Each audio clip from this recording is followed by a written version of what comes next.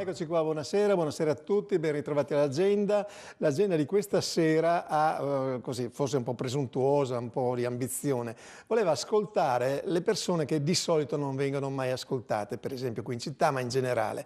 Sono quelle persone che vanno sotto il nome generico di stranieri, che poi vengono coniugati in altre categorie, che comunque stanno, vivono, lavorano, respirano, mangiano, dormono accanto a noi e qualche volta effettivamente non li vediamo. Soprattutto non vediamo quali sono le loro esigenze e soprattutto qualche volta ci dimentichiamo di chiedere a loro cosa pensano di noi, perché normalmente loro sanno benissimo cosa noi pensiamo di loro, soprattutto quando abbiamo cattivi pensieri. Marco Riores, sociologo, saggista, giornalista, ci farà un po' da cicerone in questa nostra trasmissione. Siamo in tre, stiamo aspettando un'ulteriore presenza che è un po' in ritardo, della verità. Gli stranieri a Udine, quanti sono? Chi sono? Sostanzialmente cosa fanno? Ultima ma non ultima, cosa pensano? Stiamo parlando del 15% della popolazione, in valore assoluto più di 15.000, siamo sui 15.000, quindi una fetta importante della nostra comunità. Ha smesso di crescere, è cresciuta molto negli anni passati, adesso si è stabilizzata ed è una parte... Vediamo anche i grafici, vai pure avanti Marco. Ed è una parte della comunità con cui bisogna cominciare a fare i conti, anche perché, come lei ha giustamente sottolineato, non ci rendiamo conto di avere in casa persone che sono qui radicate, spesso sono nate, comunque sono cresciute, sono molto simili se non identiche a noi, e noi praticamente dobbiamo prendere atto di questa trasformazione importante della nostra società. E questo va anche bene, ecco, questa è la classifica, se si può parlare di classifica. Comunque al di là dei luoghi comuni si vede benissimo che è l'Europa che fa la parte nel leone nel senso di residenti stranieri.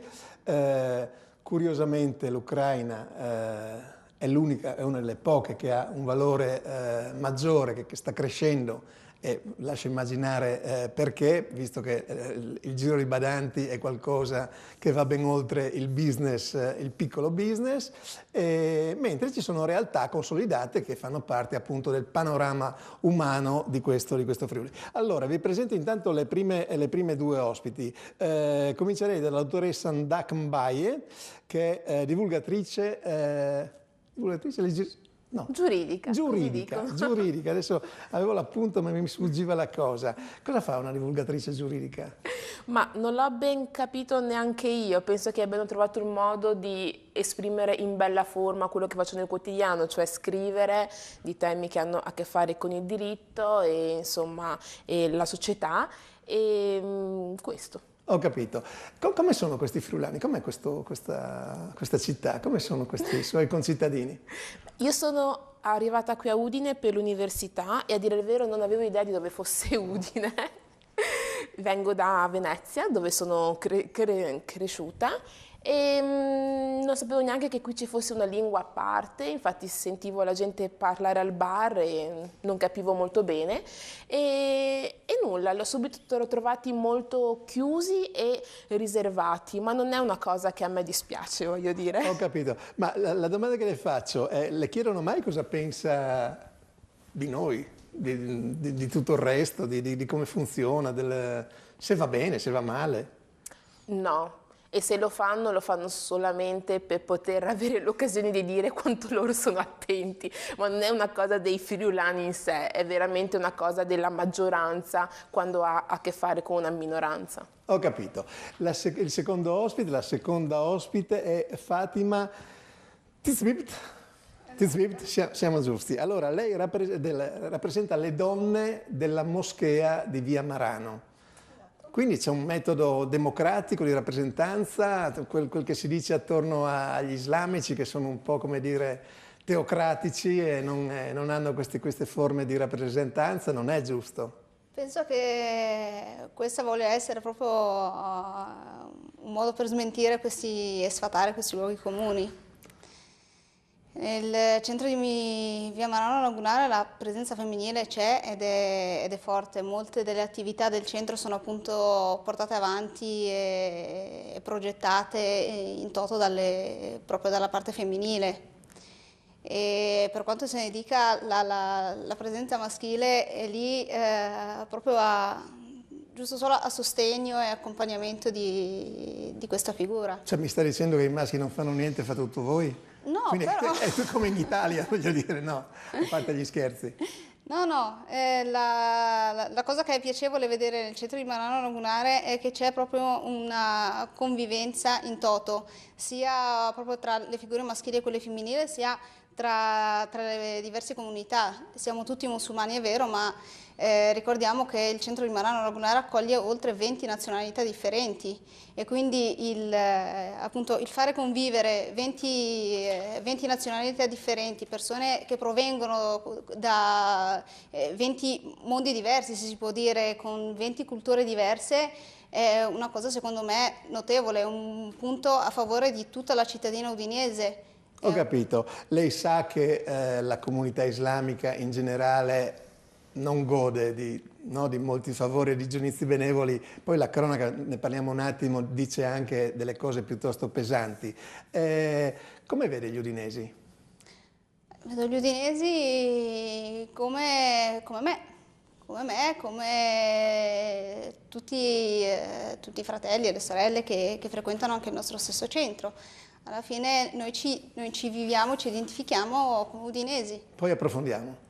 Allora, intanto è arrivato, e lo ringraziamo perché ha fatto un triplo salto carpiato qui, padre Ioan Marginean, o Marginean? Marginean, che è qui in Piazza Duomo, a San Cristoforo ovviamente, ed cura le anime, le nostre, ma anche quelle della comunità più importante, straniera più importante del Friuli, quella rumena. C'è qualche peculiarità che trova rispetto alla comunità che vi ha accolti? Il percorso lungo di questa comunità, anche graduale, conosce un fatto molto importante, interessante, che in Friuli e quindi a Udine facilita assolutamente l'inserimento. La maggioranza di questa gente viene da una immigrazione interna italiana, tantissimi da Roma, con nel 2002 per esempio il boom delle famiglie che si sono integrate e accorpate, messe insieme, il marito, il papà, forse qualche anno a Roma, e ha chiamato la moglie e i figli, così il numero è cresciuto da 1.500, 2.800, 3.000. Ecco, se facciamo vedere la classifica così vediamo appunto. Arrivando fino a 7.800, 9, 12.000, ecco. Questo è solo Udine però. In regione. In Romania solo su Udine siamo più di 2.000, ecco, sì, esattamente. 2.600. Senta, la comunità rumena è quella che probabilmente ha patito il luogo comune più feroce degli ultimi anni, insomma ad ogni furto si associava la Romania sostanzialmente. Era toccato anche agli albanesi, prima a dir la verità, e quindi vabbè c'è uno stile, poi non so chi toccherà adesso, ma come avete superato questa cosa? Cosa avete detto agli italiani, ai friulani per convincerli che forse era appunto soltanto un luogo comune? In Friuli siamo integrati bene e i romeni sono grandi lavoratori, appunto anche perché sono arrivati conoscendo già la lingua, magari anche un po' di accento romano, o dalle isole o anche un po' dal sud, dalla Sicilia, e un gruppo anche da Torino, perché a Torino c'è una Udine di romeni. A Torino c'era ad un certo momento quasi 90.000 romeni. Adesso mi risulta che siano ridotti sui 60-70.000. Allora anche a me fa impressione come in una grande città c'è una Udine di romeni a Torino, quando sono andato la prima volta. Poi vedrai Macedonia Gemona, che è un'altra bella storia. Fa impressione. Per cui ci sono alcuni aspetti magari che possiamo affrontare. I romeni, quelli buoni e bravi, su un numero grandissimo poi a livello nazionale, sono un pochino troppo fermi, non escono alla luce e quindi anche qui che siamo zona di confine vengono arrestati magari quando c'era anche il confine ancora di più a Tarvisio o verso la Slovenia, io me li trovo dopo in tribunale o in carcere o per fare traduzione o per intermediare o per fare delle visite o per i familiari e loro non hanno né la residenza, sono di passaggio o addirittura non sono residenti in Italia, vengono in qualche modo fermati qui nella zona di confine, viene fuori sul giornale i romeni. E i romeni, migliaia, quindi di romeni super specializzati come gli operai altamente specializzati alla Danieli e all'ABS, le centinaia di ingegneri altamente specializzati con esperienza internazionale e non escono alla luce e così vengono fuori quei 2 o 3 casi. Ciò che negli ultimi anni è cambiata, ecco, questa tendenza. Quindi è cambiato. L'inserimento, soprattutto anche dopo l'inserimento nella Comunità Europea e con l'arrivo della seconda generazione. Ho capito. E l'atteggiamento complessivo, poi torniamo a fare un altro giro, l'atteggiamento complessivo dell'opinione pubblica rispetto ai romeni è cambiato o no? È cambiato fortemente, è cambiato totalmente, fortemente, tanto che non siamo più sulle prime pagine. Poi ci sono dei casi come purtroppo in un mondo che vive di notizia negativa e forte, non cerchiamo i casi di gente che si sacrifica, un po' lo stile friulano, ecco, una vita intera per sacrificarsi, per creare qualcosa, difficilmente arrivi sui giornali. Fai magari come succede anche con dei giovani che vengono così a rubare, stranamente, la maggioranza, almeno casi che conosco io, di famiglie benestanti, avventura, rubare vestiti, valore 2, 3, 5, 800 euro, così, e quindi lì c'è il condizionale. Ma in genere, ecco, poi ci sono le organizzazioni o le piccole o grandi criminalità organizzate, lì credo che non ci sia nazionalità che tenga. Benissimo, allora io torno dalla dottoressa Mbaye e le chiedo, lei è, come dire, specializzata, insomma si occupa abbastanza di razzismo, ha trovato forme di razzismo in loco?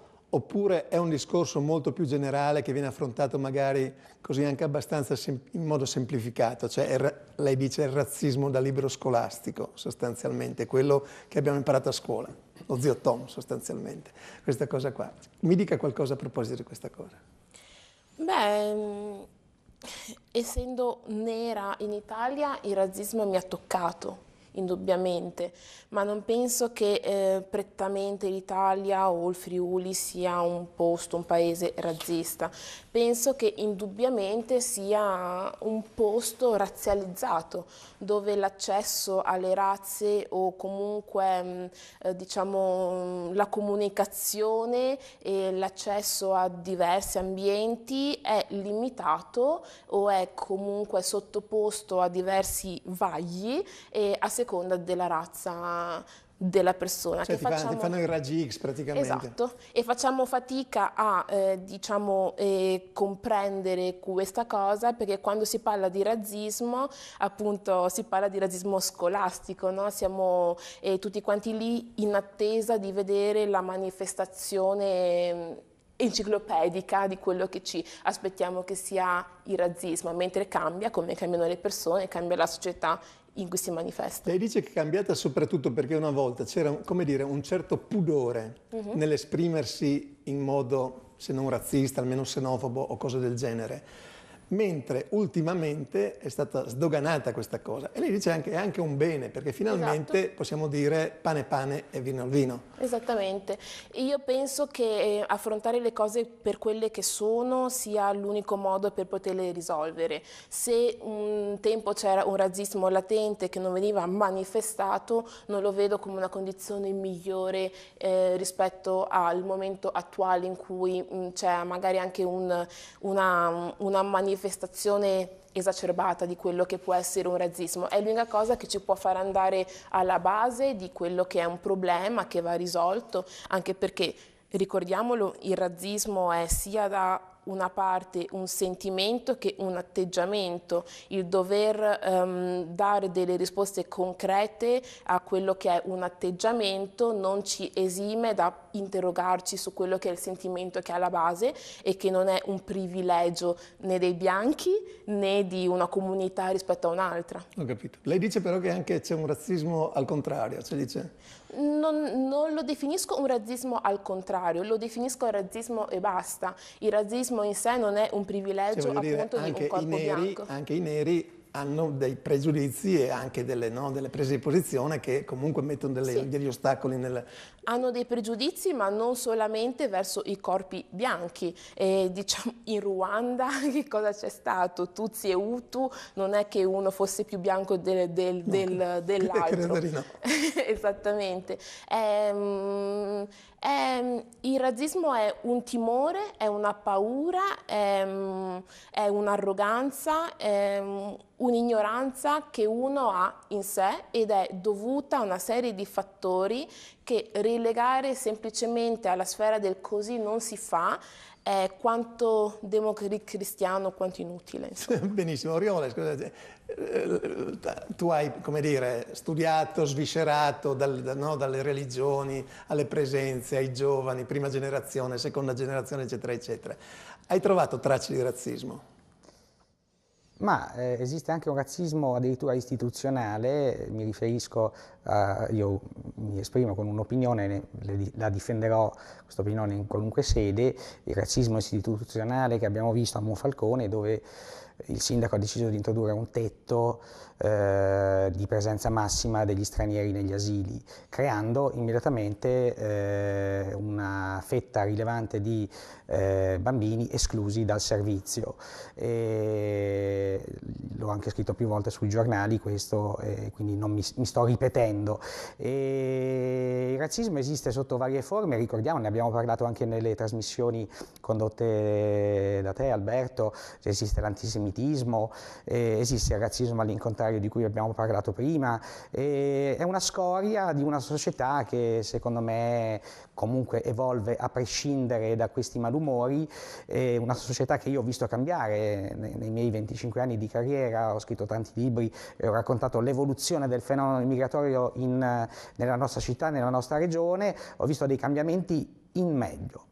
Benissimo, io adesso approfitto per aprire un'altra pagina, non chiudo niente, e torno a Fatima, perché poi la questione dell'Islam, della religione islamica, eccetera, eccetera, è particolarmente scottante. La cronaca ci prende per i capelli e ci dice che, per esempio, ieri c'è stata la notizia di questa ragazza meticciata, poi parleremo anche del nostro destino che è meticcio sostanzialmente, meticciata, che ha avuto a che fare con un genitore che secondo l'accusa avrebbe fatto delle cose riprovevoli e secondo l'accusa avrebbe tentato di inculcare alcune cose che a un occidentale forse non vanno bene.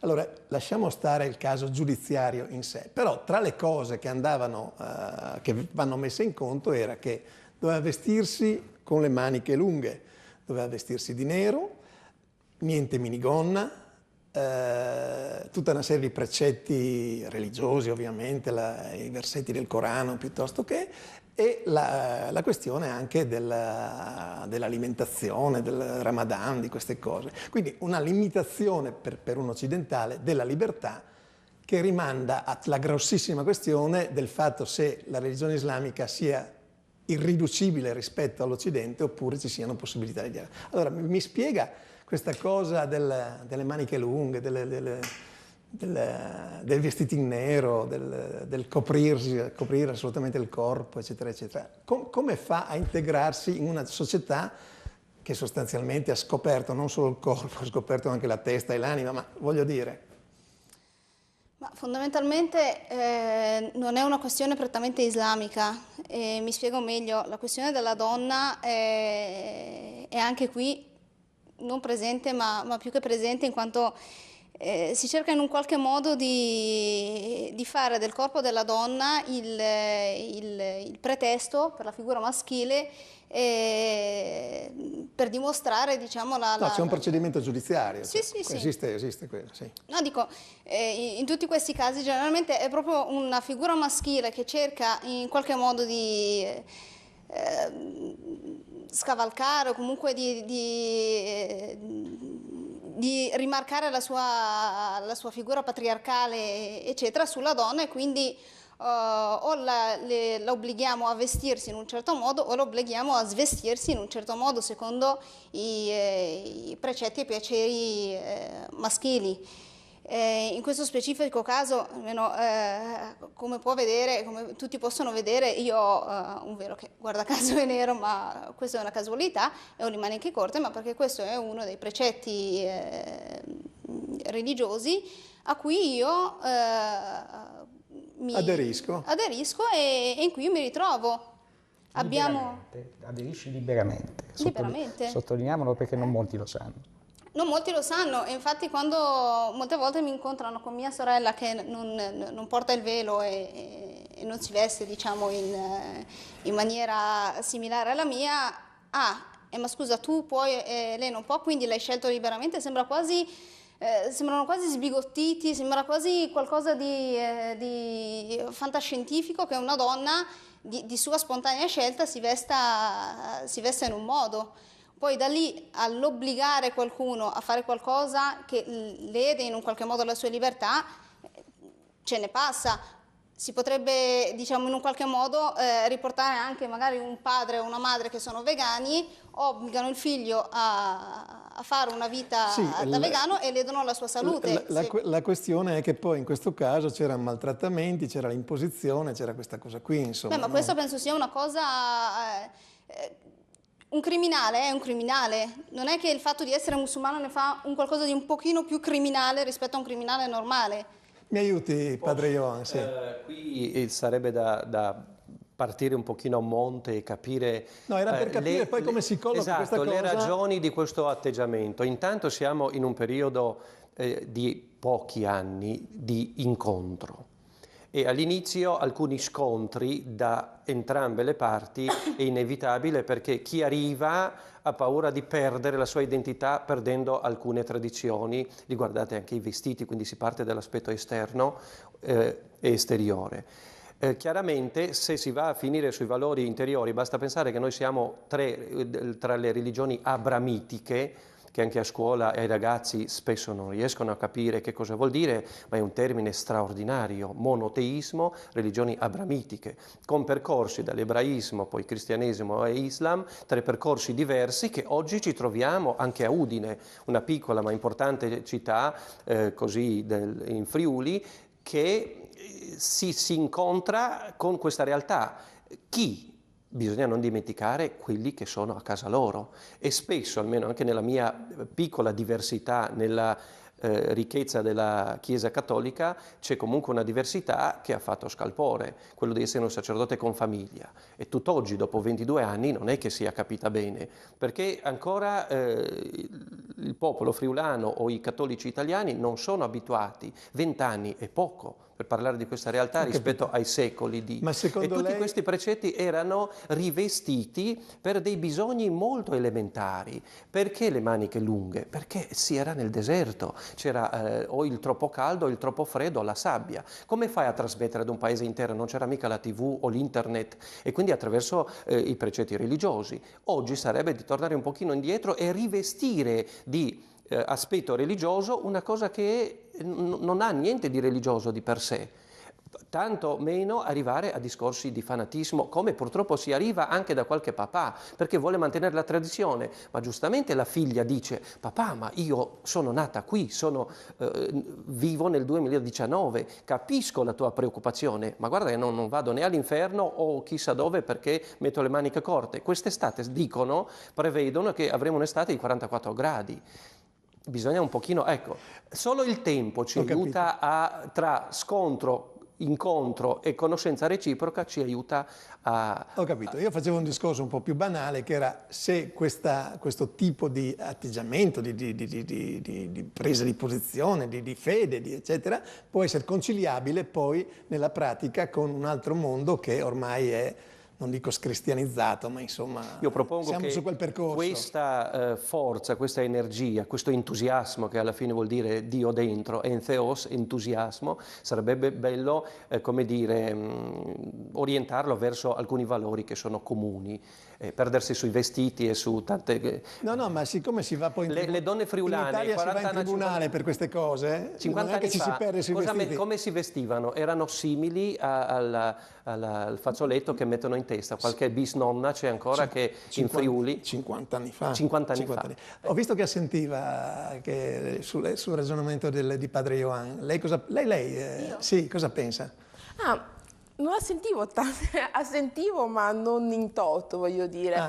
Penso che sì, non sia il caso forse di fossilizzarsi su una questione che è di vestiti, ma si parla di vestiti anche quando un uomo sceglie di vestirsi come una donna, eppure anche lì si parla di vestiti che rimandano a un'identità. Quindi diciamo che ce ne insegnava anche Socrate, insomma, l'esterno è come uno si identifica nel pubblico, manifesta anche il proprio privato e la propria interiorità.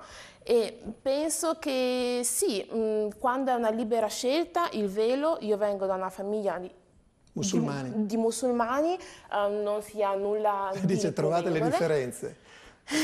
Voglio dire, no. Non sia nulla lo dico come battuta, di male, ma a parte che veniamo anche da due Islam diversi, il mio un Islam africano più animista e diverso rispetto a quello di altri paesi arabi e più mischiato ad altro forse, sempre Islam è. E appunto penso che le scelte libere non sono mai veramente libere, vengono da condizionamenti che vengono mutati nel corso della storia e questo fa la differenza. Un mio professore di storia ha detto una volta una cosa che mi è rimasta in testa: il dogma che cos'è? È la tradizione che non passa attraverso il vaglio della storia e della quotidianità, e penso che questa cosa qui possa anche illuminarci nel comprendere che cos'è una libera scelta. Anche le mie scelte molto spesso non sono libere e sono condizionate da molte altre. Bene, allora giriamo un'altra pagina, siamo andati in via Roma, che è il cuore pulsante, non dico dei luoghi comuni, ma anche di tante altre cose, di situazioni discutibili, di situazioni a volte drammatiche e di un pezzo di città che ha gli occhi puntati sopra. Troviamo situazioni, ce le spiega un italiano, e troviamo situazioni di integrazione piena, ce le spiega un pakistano. Poi andiamo direttamente in pubblicità. Come ci vediamo, insomma, no? Ci vediamo come ci vogliamo porre anche d'altronde, no? Perché ci sono le persone bene, le persone meno bene, le persone che lavorano, le persone che cercano lavoro, persone che non lo cercano, e quindi come sempre uno quando lavora dimostra dignità indipendentemente dal colore della pelle che ha. Ci sono moltissime realtà locali dove ci sono degli imprenditori con molti dipendenti anche italiani, e viceversa ci sono appunto italiani con dipendenti stranieri. C'è la voglia di integrarsi, c'è la voglia naturalmente di far vivere questa zona della città sicuramente più viva di altre per certi aspetti, per altre da sanare, come dappertutto, insomma, no? Ma c'è qualche difficoltà nel rapporto tra udinesi e nuovi arrivati? Allora, fra gli udinesi per bene, compresi anche gli immigrati, non c'è problema, nel senso che, come dicevo prima, chi lavora dimostra una dignità al potere d'acquisto di decidere, ed è una nuova realtà, insomma. Mentre ci sono gli ospiti, quelli che sono senza fissa dimora, quelli che sono abbandonati alla città, sembrerebbe quasi stippati qua, che secondo me insomma non sono ben visti sicuramente, ma per come si pongono, come la prenderebbe lei se qualcuno arriva lì e le dicesse: vuoi un po' di droga? Oppure, ehi, ciao amico, tutto bene? Primo approccio. La seconda domanda è, ti serve qualcosa? No? E la terza è, ti serve qualcosa di più, vita? No? Però lì imparano molto bene a parlare, insomma si integrano molto bene, ecco, da quel punto di vista lì. Ma secondo me però questi li conoscono, sanno chi sono questi personaggi qua, quindi magari c'è un problemino. Chi deve risolvere questo problema? Chi non lo so, comunque i problemi sono creati sempre dagli stessi. Una trentina di loro basterebbe arrivare con una camionetta e fare un po' di pulizia, insomma, no? Caricarli su e portarli da un'altra parte. Forse qualcuno sta bene che restino qua, non lo so, è un mio pensiero ad alta voce. Però, a dire la verità, loro chiaramente vengono, fanno il loro lavoro, diciamo, e provano, sanno con chi provare. Non le nego che io sono qua dal mese di ottobre, da quando sono qua ho visto in realtà, per quanto mi riguarda, nel nostro bar qui al Caffè Corin completamente cambiata. Prima era un po' frequentata un po' da tutti, dipende da noi chi far entrare. Io personalmente chi non mi va bene lo tengo fuori, e in realtà qua in questo bar, come potrebbe essere in tutti gli altri esercenti, per tutti gli altri esercenti e per tutti gli altri esercizi, qua potrebbe essere ben diversa, sicuramente migliore. Noi all'inizio abbiamo avuto una piccola flessione in negativo per il primo e secondo mese e poi sempre a salire. Questo vuol dire che se c'è la volontà di migliorare le cose basta saper scegliere sia gli ospiti che vengono qua, e poi appunto c'è la possibilità di alzare i numeri. Questa qua, ripeto, è la zona più bella di Udine, soprattutto adesso che le magnolie sono fiorite. Allora, Azam, lei da quanto tempo è a Udine? Udine sono da 2008. Dal 2008, viene dal Pakistan. Sì. Dal Pakistan dove? Una città basso, una città si chiama Mandi Baldino, verso Punjab, quella parte lì. Sì. Come sono questi udinesi? No, sono buoni. Sì. Siamo qua, questo locale c'è da 10 anni qua, diciamo 11 perché da 2008 siamo qua e non ho mai avuto problemi. C'è gente che magari tipo ti danno rispetto se tu meriti, e non ho mai avuto problemi qua. È stato un po' di coprifuoco magari per... Sì, quello lì, una parte è stato bene, che è stata fatta una pulizia generale, è stata fatta, e una parte no, perché con questo coprifuoco come si è massacrato tutti, sia bene sia male. Lì non era tanto buono, che magari chi sbaglia deve pagare, chi non sbaglia non deve pagare. Però altra parte è stato anche bene, che è stato fatto un po' di pulizia e per bene della questa zona, bene del quartiere e bene della città. Benissimo. Qual è il difetto più grosso degli udinesi? Che difetto hanno? Difetto? Niente. Cioè, il problema è che, sai cos'è? Se tu vai a qualunque parte del mondo, ci sono gente buone, ci sono gente cattivi. Quello lì non puoi dire tutti buoni, non puoi dire tutti cattivi. Però noi quello che siamo da 10 anni qua, abbiamo questo locale e siamo qua 10 anni in città, e ti posso dire che ho 85% clienti italiani, sempre avuti. E abbiamo un locale in centro, via Pellicerie, che sono quasi, ti posso dire, 99% clienti italiani, e ti danno rispetto e lavoriamo. Lei è partita qui da via Roma, è arrivato anche in centro, quindi si sta espandendo. Sì, giustamente, perché è tutto merito degli udinesi che hanno dato una buona risposta, hanno dato fiducia e tutto.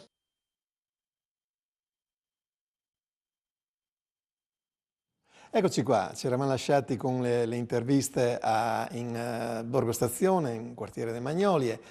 Due o tre pensieri però vengono. Il primo lo propongo alla dottoressa Mbaye. Ho come la sensazione, non so se, che la mia intenzione era quella di far parlare gli stranieri, che però gli stranieri tutto sommato dicano quel che pensano che l'interlocutore voglia sentirsi dire. È così?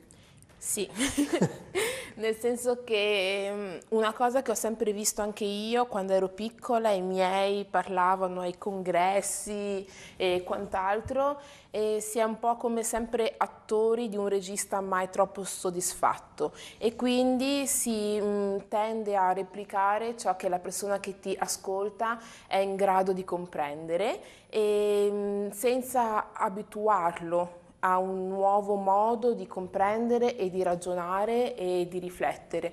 E questa cosa qui è limitante anche per le generazioni nuove, perché si trovano bloccate in una non fiction, in pratica, in un contesto in cui tutto ciò che dicono non è reale, perché non è quello che poi vivono nel quotidiano, ma anche lo è, perché è quello che viene detto attorno a sé, ed è il modo, è l'alfabeto in cui cerca di esprimere quello che ha dentro. Cioè, più che una laureata in giurisprudenza, mi sembra una studentessa del DAMS con queste dichiarazioni. L'altra cosa, lo dico a Fatima, che emerge da questo breve spezzone, da queste brevi interviste, secondo me è un insegnamento vecchio come il mondo, che non bisogna mai fare di tutte le erbe un fascio, che bisogna sempre distinguere. A voi capita che qualcuno distingua, oppure allora succede questo, sono tutti assassini, succede quello, sono tutti ladri, succede, sono tutti padri padroni, come stavamo dicendo prima. È così o no? Indubbiamente vivere per luoghi comuni o per processi olistici è quello che si vive, ma è una semplificazione cognitiva e mentale della persona stessa, un bisogno cerebrale, fisiologico dell'uomo, diciamo, suddividere per compartimenti, pardon. Quindi solo cercare di rompere queste barriere mentali che noi abbiamo può portarci a superare questo. Una cosa che diciamo mi ha un pochino in qualche modo fatto riflettere, o in qualche modo è una frecciatina che rilancio a lei, è come mai quando si parla della parte che si integra parla sempre della parte, diciamo, che cerca il dialogo, si cerca sempre lo straniero, mentre la parte che punta il dito o che comunque ha qualcosa da ridire, che ha qualcosa che non va, si va sempre a cercare l'autoctono. Ci sono tanti stranieri a cui certe sa cose che c'è non vanno. uno che dice padroni a casa nostra, no? Sì, sì. quindi la indubbiamente. risposta non gliel'ho data, ma insomma le ho fatto capire qual è il meccanismo. Certo, però appunto secondo me il ruolo del giornalista vero, quello con cui nasce il mondo del giornalismo, comunque è quello di aprire gli occhi alla gente e sviscerare quello che è veramente il vero, non procedere per luoghi comuni, altrimenti in questo modo si va a ricascare in quel ciclo vizioso in cui, ok, allora i musulmani sono tutti terroristi, le loro donne sono tutte soppresse, noi friulani siamo tutti razzisti, mentre così non è, perché questo stesso programma televisivo, secondo me, porta appunto, va a sviscerare a tutti i luoghi comuni, due musulmane, due modi di vestirsi diversi, due modi di porsi diversi. Una musulmana... suppongo che questo sia un complimento. Sì. Perché dopo le frecciatine non vorrei fare il sangue. No, era una riflessione un pochino, certo, anche a cuor leggero. No, per l'amor di Dio. È quello che si rivede quando si legge in un qualsiasi giornale di un qualsiasi crimine. Si trova sempre il tizio italiano, Tizio Caio Sempronio, che vive in via dei no, ma io essendo giornalista, vecchio giornalista, so che c'era una cosa micidiale, che di solito incidente stradale muore un uomo, incidente stradale muore un albanese, cioè queste sono reminiscenze di giornalismo old style. Mentre nel primo caso si tende quasi a circoscrivere nel modo più stretto possibile su quel particolare italiano, quel particolare autoctono, perché solo lui è cattivo. Qual è la cosa che le dà fastidio poi alla fine? Qualcosa cosa dice? Cioè, si arrabbierà anche con qualche friulano ogni tanto? Ma io mi arrabbio con i furlani perché anche con i miei gli stessi frequentatori del centro, che friulani per me sono, perché per me io sono udinese come tutti quelli che vivono sul suolo udinese, e questo va da rimarcato. Tante volte, secondo me, si va un pochino a cadere nel tranello del occhio razzismo, quando invece, nel senso, glielo chiarifico un pochino, sì? Se io faccio un dispetto, diciamo, a Ambaio, le dico una parola per strada, lei dirà guarda questa che è maleducata, se magari glielo fa lei dirà ah questo è razzista. Tante volte secondo me si va solo a cadere nel luogo comune dell'includere nel grande sacco che ormai ci fa comodo un po' tutti del razzismo, anche la maleducazione semplicemente. Uno che ti taglia la strada o uno che non ti fa sedere sull'autobus probabilmente è solo maleducato, non è razzista. La terza cosa che può essere utile, come dire, provare ad analizzare è quella del fatto economico. Il pakistano, no? L'ospite che ha il kebab dice a un certo punto ma io ho anche un altro kebab, ce l'ho in centro a Udine. Quindi sono andato avanti. Ecco, Oriole, c'è lo dice tra le righe anche l'italiano, il gestore del bar, che dice qui abbiamo un valore differente e dobbiamo farlo rendere in un certo senso, quindi cercando anche delle soluzioni che finora non sono state trovate. Esiste una dimensione economica anche dell'integrazione oppure facciamo finta di non vederla perché tutto sommato lo darebbe un po' fastidio dire beh, insomma questo qua si allarga, fa briga? Ma la dimensione economica esiste non solo, ma è anche quella da cui parte tutto, perché i flussi migratori che in Italia cominciano più di 30 anni fa sono il frutto delle note differenze economiche tra paesi di origine e paesi di arrivo. Questa realtà ha portato all'inclusione in Italia nell'arco di 30 anni di oltre 5 milioni di persone, sono 5 milioni e 6 considerati i 600.000 arrivati negli ultimi flussi, quelli dell'emergenza del 2015-2016 e questo già dimostra a proposito dell'emergenza che i flussi sono variegati, c'è una stratificazione di arrivi, è una realtà molto complessa e difficile ricondurla ad un unico filone. Comunque l'economia è importante perché l'inclusione nel mercato del lavoro è il primo gradino di accesso alla società. E questa è una realtà che si è consolidata in Friuli Venezia Giulia alla luce di una fortissima domanda di lavoro espressa dalle imprese friulane già 20-25 anni fa. Io ricordo il primo studio che ho fatto fu sul triangolo della Sedia, il distretto industriale del mobile e del legno, che all'epoca importava lavoratori stranieri di ogni nazionalità da tutta Italia, molti furono quelli che arrivarono da sud. Io riproporrei il grafico delle presenze così torniamo a vedere la cosa. Prego, prego. Ecco, però l'economia è il primo stadio in cui si manifesta l'integrazione. È spesso lo stadio che funziona meglio perché di braccia c'è bisogno, la nostra economia dal punto di vista delle risorse umane è esangue e l'apporto degli immigrati è stato fondamentale. Però non ci dobbiamo fermare qui, poi c'è la cultura, l'inclusione nella sfera culturale, l'assimilazione o l'espressione di culture differenti. Questi sono gli argomenti che stiamo trattando, io direi anche in maniera egregia per merito lascia perdere. No, stavo guardando il grafico ed è molto interessante perché dice tantissimo di come stiamo evolvendo. Allora, dicevamo prima delle badanti, sostanzialmente 3,9%, sì. Ma guardate la Cina, 9,4%. La Nigeria è un caso a parte, credo che forse sono troppi in Nigeria, quindi da qualche parte dovranno andare, ma insomma sono situazioni veramente incredibili, mentre scendono quelli che sono stati quelli della prima immigrazione mezza, insomma, no? Il Maghreb, l'Africa, Nord Africa e cose del genere. Quindi sta cambiando un panorama sotto i nostri occhi, non lo vediamo, oppure facciamo finta di non vederlo. E quindi sarebbe meglio fare qualche trasmissione in più di queste, credo. Padre Ioan, il valore aggiunto, si dice, no, economia.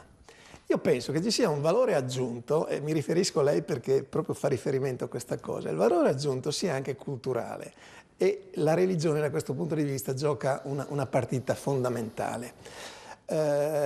I cristiani dell'Est, probabilmente per motivi storici, perché c'è stato il comunismo, perché sono stati martiri per decenni, eccetera, eccetera, hanno probabilmente conservato valori religiosi e atteggiamenti religiosi che con l'eclissi del sacro nell'Occidente, qui si sono persi. E il fatto che ci sia un sacerdote rumeno che venga a fare missione da queste parti non riguarda soltanto i rumeni, ma riguarda proprio gli italiani. Il valore aggiunto della sua presenza qua probabilmente è anche questo.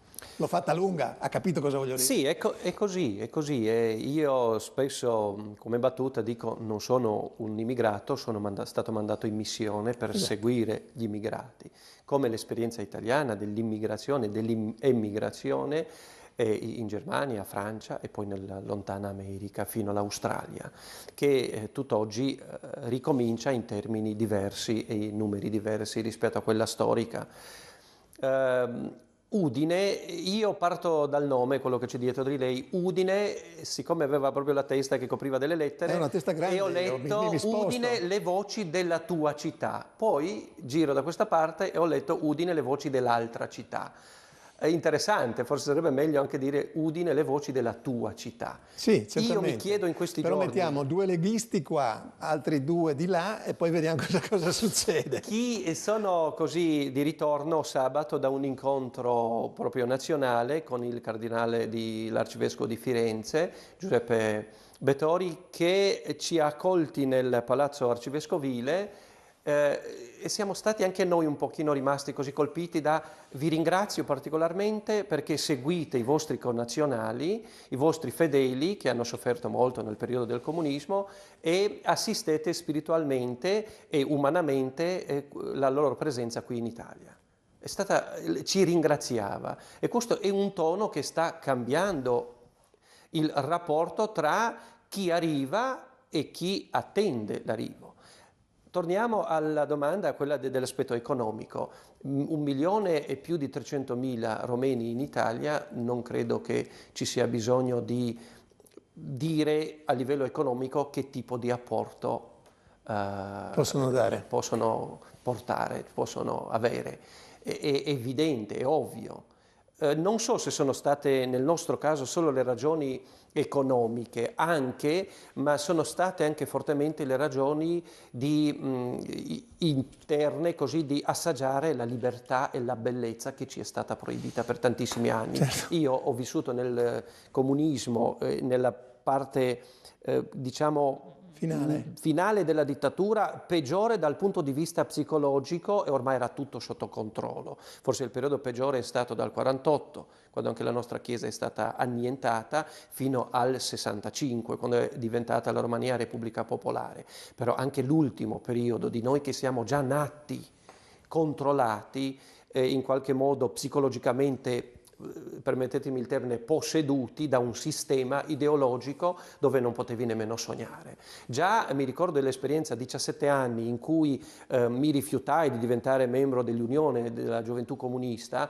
Fino ad oggi non ho firmato questo libretto, si doveva pagare 17 lei, come dire 17.000 lire, e poi ci hanno chiamato in direzione, hanno detto ve lo diamo gratis. E noi a quell'età, a quell'esperienza, anche in 2, dandoci coraggio, abbiamo preso il no in braccio come esperienza adolescenziale di una libertà e con noi siamo andati avanti. Per fortuna è arrivata la rivoluzione, se no quando si iniziava il servizio militare i punti neri venivano messi insieme e si pagava. Ho capito.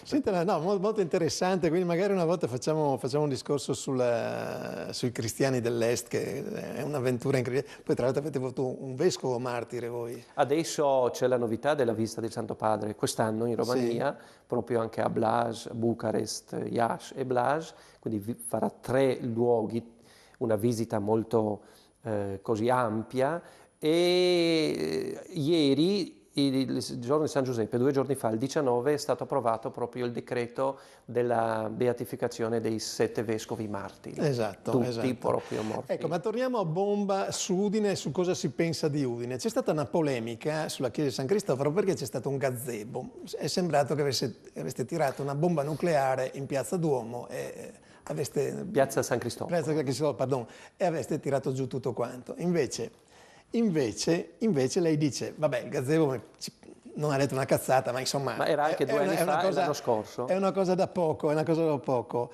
Però dice, provate a chiedere ai residenti cosa succede nelle occasioni in cui la piazza è buia, con i ragazzi che bevono, lasciano lì le bottiglie e fanno i loro bisogni sul sagrato. Queste sono le cose che fanno schifo, non certo il gazebo che sta lì per qualche giorno. Per lo più era anche lasciamo stare lasciamo stare il gazebo, che, ma la gioventù friulana è questa? È anche questa. Io volutamente vado ad aprire così alcune volte la chiesa, lo farei anche di più, dalle 11 di sera, dal 23 fino alle 24 all'1 di notte. Ed entrano in chiesa come se fossero venuti da un altro pianeta o da un'altra galassia. Dico, e questa è una chiesa. Io mi guardo intorno perché sono propenso a dire battute, perché sì, questa è una chiesa, la chiesa San Cristoforo, dal XIII secolo, sta qui, eccetera. E quindi si crea anche un dialogo particolare, strano anche per me. Non si sa che finalità. Qualcuno dice io non sono neanche battezzato, io per esperienza mia, perché sono nato in un periodo dove non era permesso mettersi né piercing né niente, quando vedo uno tutto tatuato, tutto pieno di piercing, mi fa un po' impressione, ma cerco di capire poi le ragioni del sul perché. Piercing della nostra ospite. No, ma qui siamo ad un'eleganza straordinaria, però una persona piena, tutta la faccia, tutto, non so, anche il dolore che magari è un'esperienza, ecco, sono delle realtà che io non conosco né sulla propria pelle e né come comunque cultura. Questo fa parte della sua missione e in Italia. La città udinese è anche questa. Sarebbe bello mettere a confronto i giovani, perché ormai, diciamo, gli udinesi sono questi, gli udinesi tutti, non gli udinesi friulani. Udine è una piccola città, è un piccolo labirinto, è un piccolo laboratorio con le percentuali, è vero, ma quando dici udinese, oltre la squadra, penso che gli udinesi siano tutti quanti, via Roma, gli udinesi a prescindere dal colore della pelle. Noi possiamo nasconderci di più perché in partenza, qualcuno parla anche friulano, non vieni fuori subito che sei straniero, ma basta poco, ecco, per benissimo, allora abbiamo ancora questa cosa per il capitolo piuttosto ponderoso della distrazione.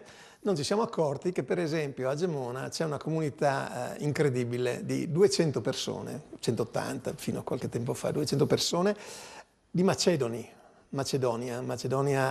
siamo nei Balcani, siamo a ridosso della Grecia, Alessandro Magno, insomma abbiamo studiato su queste cose. Vabbè, però i macedoni ci sono e sono praticamente tutti concentrati a Gemona e si sono integrati in una maniera formidabile con le riserve che si diceva, no? Per cui uno dice quel che vuol sentire, no? E li abbiamo trovati, ecco. C'è una realtà in Friuli che pochi conoscono ed è la realtà della diaspora macedone, di questi uomini, queste donne che vengono dai Balcani sostanzialmente e hanno trovato, come dire, un approdo importante a Gemona. Nahmir, perché a Gemona? Perché innanzitutto buonasera a tutti. Perché Gemona è stato il posto dove nell'ormai lontano 91 mi sono fermato io. Avevo amici e parenti qua, mi sono fermato, Gemona mi è piaciuta talmente tanto che abbiamo cominciato a lavorare, a portarci un po' di gente a Gemona. E quanti siete oggi? Ad oggi siamo 180 persone a Gemona. Eravamo 200 fino a 3-4 anni fa. Causa la crisi che c'è stata anche qua, un paio di famiglie si sono trasferiti. Comunque oggi a Gemona siamo 180 macedoni, di cui 52-53 sono già cittadini italiani. E cosa fate a Gemona? A Gemona le prime generazioni, io e gli altri, ci siamo rimboccati le maniche e abbiamo iniziato a lavorare nell'edilizia.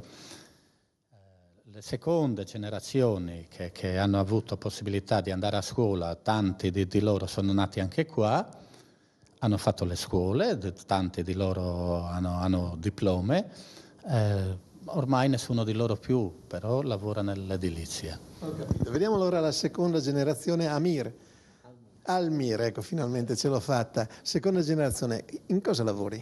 Buonasera, io adesso in questo momento sono un impiegato in ufficio tecnico di un'azienda qua nel Gemonese e ci occupiamo, diciamo, nell'ambito della metalmeccanica, costruzione di macchine e macchinari vari e anche nell'ambito civile, alcuni teatri e cose del genere. Ho capito, difficoltà nel trovare lavoro, difficoltà nell'inserirsi, beh ormai la seconda generazione non dovrebbe averne.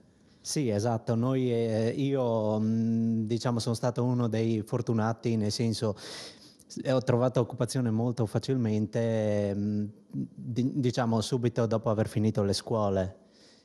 Avendo finito la scuola e per mia fortuna quella volta era appena partita la crisi e quindi c'era ancora esatto, qualche spazio vuoto e quindi sono stato abbastanza fortunato e quindi diciamo che ho trovato molto facilmente il lavoro e da quel giorno sono tutto adesso impiegato in quell'azienda, sì. Benissimo, invece all'inizio per voi com'è stata?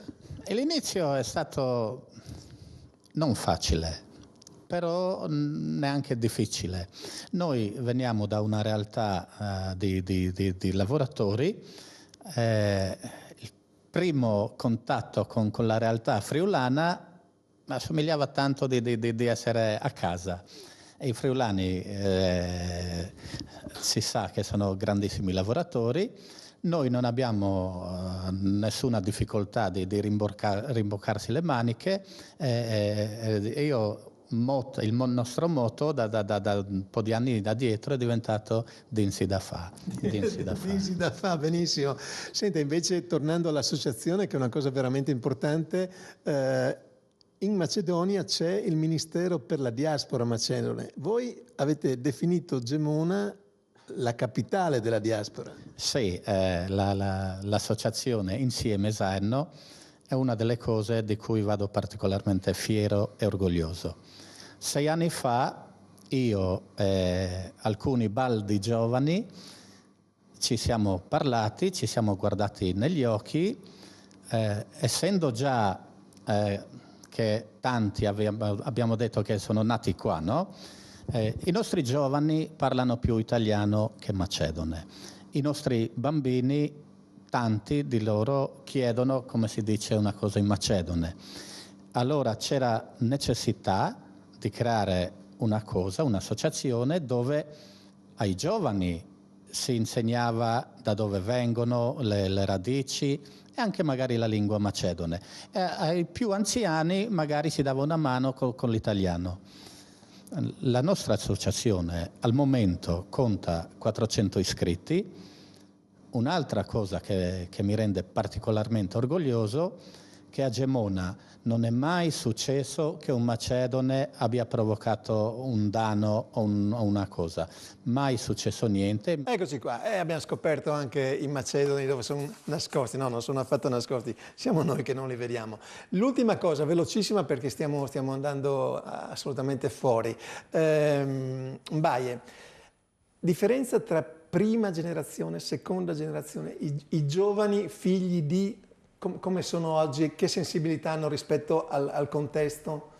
Secondo me, per comprendere la differenza bisogna prima di tutto tutti quanti mettere il fuoco e comprendere che etnia è una cosa e ti viene tramandata dai genitori. E io sono di etnia negroide, sono nata in Senegal e sono nera, e invece la cittadinanza, la mia è italiana perché sono cresciuta in Italia ed è qui che insomma manifesto la mia personalità ogni giorno. Anche mia madre, che è cresciuta in Senegal, è di cittadinanza italiana, al di là dei documenti che comunque attestano la stessa cosa. E invece la nazionalità è un'altra cosa di cui non sono affari di nessuno interrogarsi, e questa è una cosa che devono comprendere sia gli italiani che le prime generazioni di migranti. Ho capito, le seconde sono attente, non sono attente? Sono poco attente perché non hanno vissuto veramente in questo stadio e quindi non riescono veramente a comprendere il portato di quello che hanno. Ho capito. Fatima, stessa domanda. Secondo me, ribadisco quello che ha detto lei, noi siamo cittadini udinesi, facciamo parte della comunità friulana in generale e dello Stato italiano e se vogliamo ampliarlo della presenza europea. Diciamo che è stupido arrivati a questo punto, soprattutto del contesto mondiale in cui viviamo, cosmopolita, andare a rilegarsi in quello che ormai è passato. Ho capito. Prima e seconda generazione differenze se ne fregano i giovani o no? Sì, secondo me non si pongono il problema, non hanno il problema. Ne hanno altri. Esatto. Ne hanno altri. Padre, che dire? Sino Furlans o non Sino Furlans? Ma anche per Furlan, ti accaras qualche dun. Un, due, tre è come in romeno, anche in friulano quasi. La seconda generazione dei romeni, soprattutto che sono cittadini europei e la maggioranza sono anche cittadini italiani. In Italia non si nasce e si diventa cittadino per nascita, ma se i genitori prendono la cittadinanza, parlando di una prima e lunga immigrazione, automaticamente i minorenni diventano cittadini italiani. Praticamente noi abbiamo la doppia cittadinanza quasi tutti, perché essendo qua vicini non si rinuncia. Sensibilità a queste problematiche c'è o non c'è? Io direi bisogna essere attenti, mi pare che è arrivato qualche caso alla cronaca di qualche razzismo da parte dei primi arrivati, romeni, albanesi, qui ormai inseriti, cittadini italiani, seconda generazione, contro gli altri che arrivano adesso. Tipo, ma questi cosa... dimenticando praticamente una trentina d'anni. Qui bisognerebbe aprire un'altra trasmissione. C'è stato qualche piccolo razzismo, è interessante da analizzare, qui c'è il professore Orioles che ci illuminerà perché è interessante e c'è. Chiaramente, ecco, allora, è da stroncare subito. Devo dargli 30 secondi, Orioles, poi magari al bar... Prima e seconda generazione, una cosa importante da sottolineare, c'è una grande differenza. La seconda generazione, a differenza della prima, non ha un vero e proprio retaggio, una cultura ereditata e vissuta per 20 e 30 anni, a cui è seguito un trapianto. La seconda generazione è nata qui, ha assorbito la cultura italiana, non c'è nessuna differenza se non una sfumatura derivante dal fatto che hanno genitori che arrivano da altre culture. Fine.